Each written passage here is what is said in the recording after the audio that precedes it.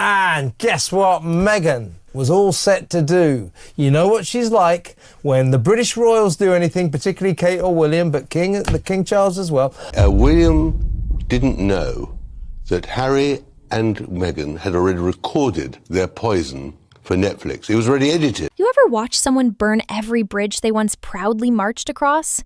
That's exactly what's happening to Meghan Markle right now. And it's playing out like a slow-motion Hollywood implosion. This time, Meghan isn't in control of the script. The BET Awards were supposed to be just another night of red carpets and rehearsed praise. Instead, Tyler Perry took the stage and flipped the narrative on its head. Mid-speech, Perry went off script. He looked out over a sea of glittering stars and calmly dropped the line that detonated Hollywood gossip circles. "You can't build a palace on unpaid bills." No names, no finger-pointing, just precision. And yet, the entire room knew. That wasn't just a line, that was a line in the sand, and Meghan Markle was standing on the wrong side of it. For those who forgot, Perry wasn't some distant supporter. He was the guy who flew Meghan and Harry out of the UK when their royal ties were severed. He gave them a roof. He gave them security. He gave them sanctuary when no one else would.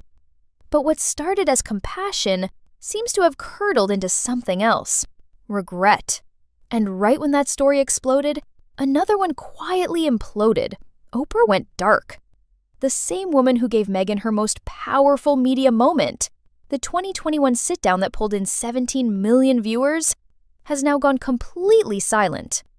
According to insiders at Harpo Productions, Oprah hasn't mentioned Meghan in months. Not in passing, not in planning, not at all. And in Hollywood, silence is louder than scandal. This wasn't a minor cooling-off period. This was a full ghosting. No calls, no texts, no support. Nothing. Meghan, who once dominated headlines as a symbol of cultural reckoning, has now become what one exec described as Hollywood deadweight, and that phrase is sticking. So why this sudden exodus? PR firms like WME and CAA, the kind of places that fight to represent royalty, are running in the opposite direction. And they're doing it quietly, but decisively. The term Markle risk factor is being passed around behind closed doors. It sounds like something from Wall Street, and in a way, it is, because Meghan has become an investment that no one wants to touch. Every project she's been attached to in the last 2 years has either flopped, fizzled, or caused internal drama. Netflix handed her and Harry $100 million. The animated series Pearl got axed before launch. Live to Lead barely made a ripple. Their docuseries, touted as the crown jewel, was dismissed by critics. One reviewer called it Goop meets Suits minus the charm. That's not a review. That's a roast. Spotify? The $20 million podcast deal ended with scorched earth. Only 12 episodes made it to air, and insiders said Meghan overpromised, underdelivered, and blamed others when it all fell apart. One Spotify executive called her and Harry grifters. Not behind closed doors, on the record. And it gets worse. Meghan tried to relaunch with a new podcast teaser, Confessions of a Female Founder. But the teaser didn't trend. It didn't take off. Focus groups found it confusing and self-congratulatory. There's no spark left, no buzz, no heat. And in an industry that runs on momentum, she's become a name that stalls the room. Behind the scenes, the cracks are deeper. Tyler Perry's moment at the BET Awards was more than just an offhand remark. Insiders say his team had been urging him for years to draw boundaries. The generosity, the support, it all came with expectations, but the gratitude never matched the gifts. As one advisor reportedly put it, this isn't philanthropy. This is charity without consent. And then there's the financial chaos swirling around Archewell, Meghan and Harry's nonprofit. Banks have flagged suspicious activity. Inflated consultant fees, sketchy reimbursements, and tax records show millions in administrative costs, with little to no meaningful output. One nonprofit lawyer told Bloomberg, "This isn't a charity. It's a red flag with a tax ID. It's not just messy, it's potentially criminal." especially in California, where charity compliance laws are unforgiving and celebrity status doesn't shield you. There are whispers of self-dealing, where charity money is allegedly used for personal image, luxury travel, and stylists masked as consultants. And now, even the IRS has been tipped off. Vendors claim they weren't paid for months. Some had to threaten legal action just to get basic reimbursements. One said payments stalled every time Meghan's public image took a hit, almost like the panic was bleeding into the accounting department. And when the money dries up, so does the spotlight. Meghan didn't make it onto the Vanity Fair Oscar party list this year. Her team's calls to studios are being ignored. Meetings? Cancelled. Campaigns? Dead on arrival. According to one studio insider, she wants royal treatment without royal grace. Hollywood doesn't do chaos. Not unless it comes with profit. Meghan brings headlines, sure, but not the kind that sell tickets, build brands, or keep advertisers happy. And when even magazines like People, a publication that once fawned over her, quietly kill cover stories to avoid backlash, you know the pendulum has swung. Even her inner circle is unraveling. Staff turnover is sky high. PR teams have stopped doing image building and are now stuck in triage mode. Her marriage to Harry, once the bulletproof vest against all criticism, no longer shields her. Every public appearance is dissected, every awkward moment amplified. Netflix has slashed budgets, removed creative control, and one executive didn't hold back. We expected the crown. We got a daytime blog with royal undertones. Financial institutions like Wells Fargo and First Republic are reportedly raising flags too. Massive consultant payouts, payments made before staff, huge sums going out with no clear paper trail. It's all part of the same collapsing pattern. And here's where it lands. This isn't just about celebrity drama anymore. This is a case study in how fast power turns to liability in a place like Hollywood. Meghan Markle didn't just lose favor. She lost the one thing this town values more than fame, more than money, more than titles: trust. Without Oprah backing her, without Perry protecting her, without media deals, fresh content, or industry goodwill, there's no one left to spin the story. No misunderstood Duchess narrative to run to, no royal scandal to deflect the heat. She built a brand on escape, on rebirth, on tearing down an institution. But now, there's no institution left to blame. The palace is gone.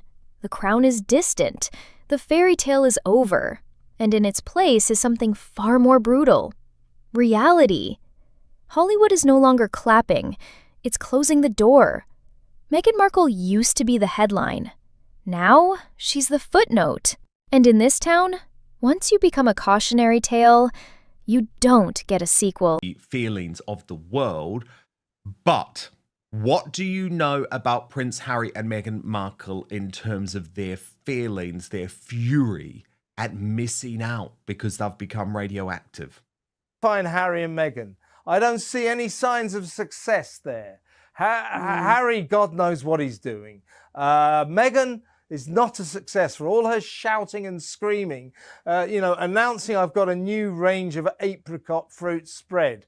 I think there's so few people now who haven't seen what she's really like, and actually how upset the royal family have been and how revoltingly rude she's been. Something big just happened and Meghan Markle wasn't ready for it. The most talked about wedding of the year took place and she wasn't invited. That might not sound like a big deal at first, but when you hear who was there and who wasn't, it becomes clear that this wasn't just a wedding. It was a message, a very loud one. Jeff Bezos and Lauren Sanchez got married in a giant, star-filled event. This wasn't just a party, it was more like a meeting of the world's most powerful people. The guest list had the biggest names you can think of. Oprah Winfrey, front row. Beyoncé, of course. Even members of European royalty made the trip. The cameras flashed, the dresses sparkled, and everyone who mattered was there. Except Meghan and Prince Harry. Not even a last-minute invite, not even a polite message saying, sorry we can't fit you in, just silence. And when it comes from people like Oprah and Bezos, silence isn't quiet. It's deafening. This was the kind of wedding where being invited says, you matter, It shows you're still important in the world of the rich, famous, and powerful. Meghan believed she belonged in that world. She thought she had made it. She had been on Oprah's show, told her side of the royal story, and shared everything about her pain and struggles. That interview became one of the most watched and most talked about moments in recent history. Meghan thought that would open every door. It didn't. Oprah didn't just attend the wedding. She looked amazing, sat in the best seats, and didn't say a single word about Meghan or Harry. No shout-out, no post, no friendly wish you were here. Nothing. For someone like Oprah, that kind of silence is louder than any speech. Sources say Meghan has been calling around, trying to figure out what went wrong. How did she go from being one of Oprah's close interview guests to being completely ignored? She's confused. She's upset, and she has every right to be. In her mind, she had paid her dues. She left the royal family, she told her truth. She built a new life in America. So why is she still being kept out? Because, as it turns out, not everyone who tells their story gets to stay in the spotlight. Harry isn't doing much better. He gave up everything he had known, his royal titles, his home, his old life, for a new dream in California. But that dream is starting to fall apart. He thought he'd have more freedom, more respect, maybe even more power. But what he's getting instead is rejection.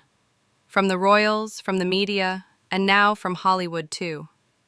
He gave up a royal crown for a spot at the Hollywood table. And now, he doesn't have either. And let's not pretend this was just some small mistake. Jeff Bezos didn't just forget to invite Meghan and Harry. The guest list was picked carefully, name by name. These were people who still hold real power, people who change things, run companies, and control the stories we talk about. Oprah made the list. Meghan didn't. That's not an accident. That's a statement. Here's what that means. If Oprah is done with Meghan and Harry, who still supports them? This isn't about friendship anymore. It's about position. Oprah doesn't do anything by accident. She's smart, careful, and always thinking ahead. She knows what it means to be connected to someone. She also knows when to step back. And right now she's stepping back from Meghan and Harry. She sees their light fading. And she's not going to stay close to something that doesn't shine anymore. Their big media deals haven't turned into huge wins. Their podcast with Spotify didn't last. Their Netflix shows didn't shake up the industry. Their brand, which once felt bold and new, now feels messy and overdone. People aren't excited anymore. They're tired. That's the problem. In Hollywood, people confuse being seen with being important. But just because your name is in the news doesn't mean you're still on top. Meghan thought sharing her story would keep her in the game. And for a while, it did. That interview made her a household name again. People felt for her. They supported her. But feelings don't last forever. In the world Meghan wants to be in, power matters more than pain. And power is something she's losing. What happened at that wedding proves it. Oprah showed up, looking powerful, calm, and surrounded by people who actually make things happen. She didn't need to speak. Her silence was the message. She's moved on. And Hollywood? They're following her lead. Meghan and Harry built their brand on breaking away from tradition. That worked for a moment. But now, it's getting old. When every new move feels like an attempt to grab attention, people stop caring. They want fresh. They want strong. They want calm, not chaos. Harry, in all of this, seems lost. He was never the planner. Meghan was always the one pushing their next move. But now, even she looks unsure. Poston faced already standed, and her answer on to channel, make no be clenful list. Without support, without a strong team, they're falling behind. Harry left a life built on duty and walked into a world built on image. And image changes fast. Right now, Harry isn't loved or hated. He's just kind of there. In this world, that's the worst place to be. Some people say Meghan still believes she can turn things around. Maybe another project, a new plan, a bold comeback. But here's the truth. The people at the top don't wait around. So she wasn't. They don't give second chances. They move forward. The rooms Meghan and Harry want to be in are filled with people who lead, build, and grow. They don't spend time on past headlines. They don't hang on to old stories. They look for results. They look for steady. And Meghan and Harry right now aren't either of those things. This isn't just about one missed wedding. It's a much bigger sign. It shows that Meghan and Harry aren't seen as safe bets anymore. They're seen as unpredictable. And people in power don't like unpredictable. Meghan may try to spin the story. Maybe another interview. Maybe another launch. but none of that works if people aren't watching, and it feels like fewer people are. The interest is fading. The mystery is gone. Something big just happened, and Meghan Markle wasn't ready for it. The most talked about wedding of the year took place, and she wasn't invited. That might not sound like a big deal at first, but when you hear who was there and who wasn't, it becomes clear that this wasn't just a wedding. It was a message, a very loud one. Jeff Bezos and Lauren Sanchez got married in a giant, star-filled event. This wasn't just a party, it was more like a meeting of the world's most powerful people. The guest list had the biggest names you can think of. Oprah Winfrey, And front row. actually Beyonce, how of course. upset Even members of the royal European family royalty have made the been. trip. The cameras flashed, the dresses sparkled, and everyone who mattered was there. Right now, Harry isn't loved or hated. He's just kind of there. In this world, that's the worst place to be. Some people say Meghan still believes she can turn things around. Maybe another project, a new plan, a bold comeback. But here's the truth. The people at the top don't wait around. They don't give second chances. They move forward. The rooms Meghan and Harry want to be in are filled with people who lead, build, and grow. They don't spend time on past headlines. They don't hang on to old stories. They look for results. They look for steady. And Meghan and Harry, right now, aren't either of those things. This isn't just about one missed wedding. It's a much bigger sign. It shows that Meghan and Harry aren't seen as safe bets anymore. They're seen as unpredictable. And people in power don't like unpredictable. Meghan may try to spin the story, maybe another interview, maybe another launch, but none of that works if people aren't watching. And it feels like fewer people are. The interest is fading. The mystery is gone. They played their cards. And the room walked away from the table. Harry's story is a little different. It's quieter, but maybe sadder. He left behind a life that, for all its rules, had structure. He had a role. Now he's trying to find a place in a world that doesn't care about titles. It only cares about what you can do for them. And Harry, he's still trying to figure that out. There's no going back now. The palace isn't calling. The Hollywood gatekeepers aren't either. All that's left is a long road, and they're walking it mostly alone.